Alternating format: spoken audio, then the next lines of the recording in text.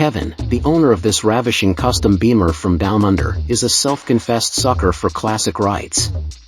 Since 2017, he'd owned and cherished a BMW R from the model year 1985, being particularly fond of its iconic boxer twin engine.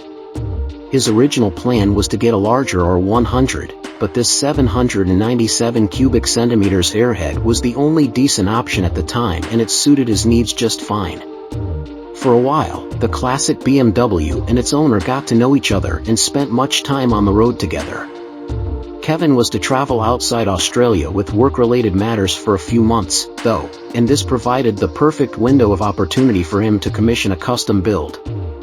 Being from the Brisbane area, it wasn't too hard for him to decide which shop would be entrusted with bringing his vision to life. Of course, that firm was none other than Ella Speed.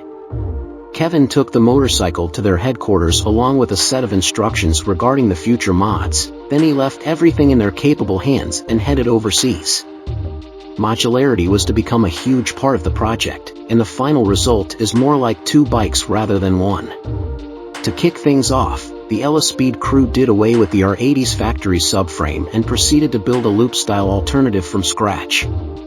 Its rearmost section houses a thin LED lighting strip, but the turn signals are placed lower down on a swing arm-mounted license plate bracket. They're small but bright LED parts from Moto Gadget's range, accompanied by an additional Casso taillight nearby. A bespoke luggage rack can also be attached to the subframe tubing when needed, offering a place to mount the original hard-sided panniers. The true modularity first came into effect with the seat fabrication.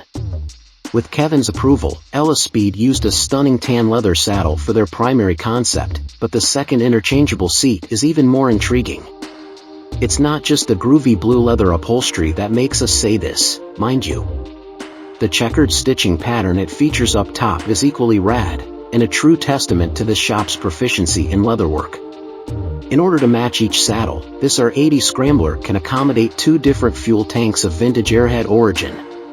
One of them is the stock item that came with the donor, now painted in a gorgeous layer of deep blue and black pinstripes to complement the tan leather.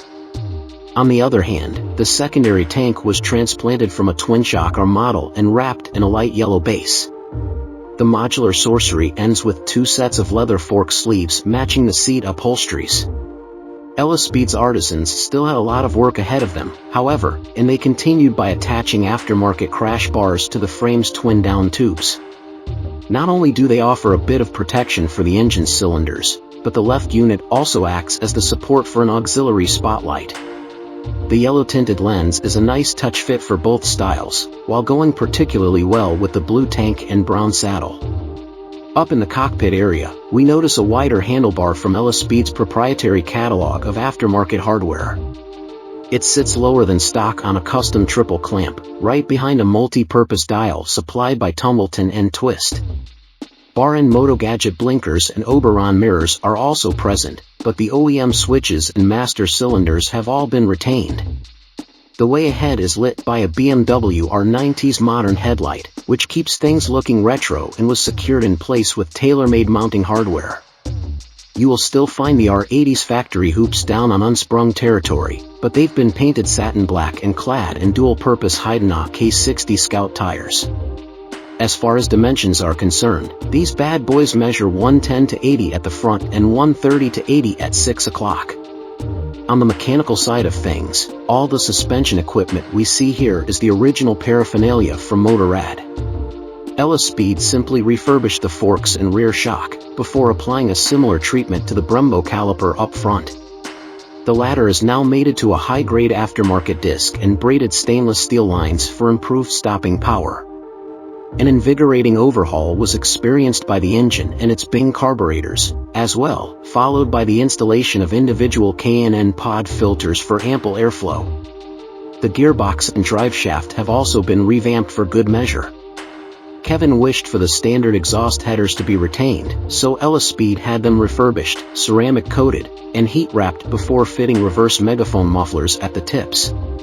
Last but not least, the electrical system was upgraded with things like fresh wiring, a Moto Gadget controller, and a 12-cell anti-gravity battery stashed where the OEM airbox had once been. With this machine awaiting his return, the owner's homecoming must have been very sweet, indeed.